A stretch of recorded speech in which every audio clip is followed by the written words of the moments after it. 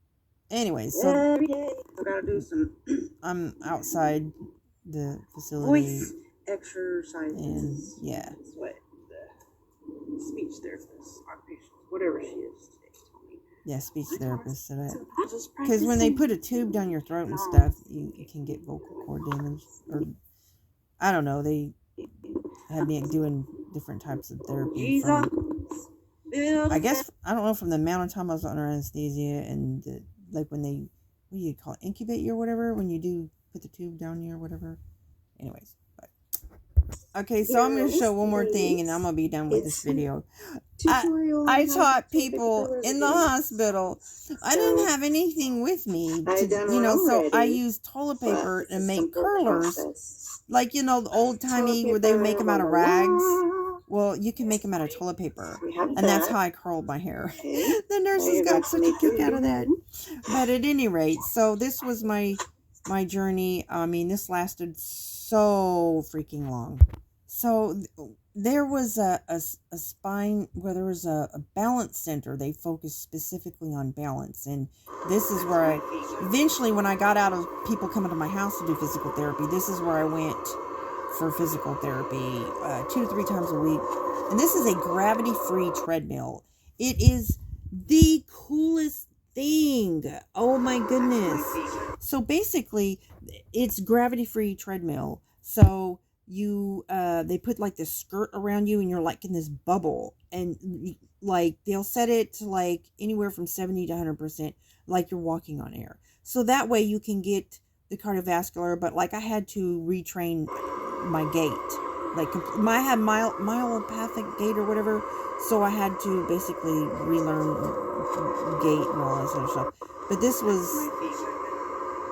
I wish I had one of these. If I was rich, if I could own any one thing, material thing, it would be a gravity-free treadmill, so that I used to run and I can't anymore. So, but gravity-free is like something, they help you, it's easy on your joints, athletics use it, so they can keep training even though they have an injury. But this was me practicing my gait on this. Yeah, they had a camera there, you can see your feet. I thought that was so cool. But anyway, so this is the spine surgery, the first spine surgery that I had. And early 2018, and it took a good year to recover from. And then I had several other surgeries after that. But anyways, clue word is gravity-free treadmill. And that's going to be it for this particular video.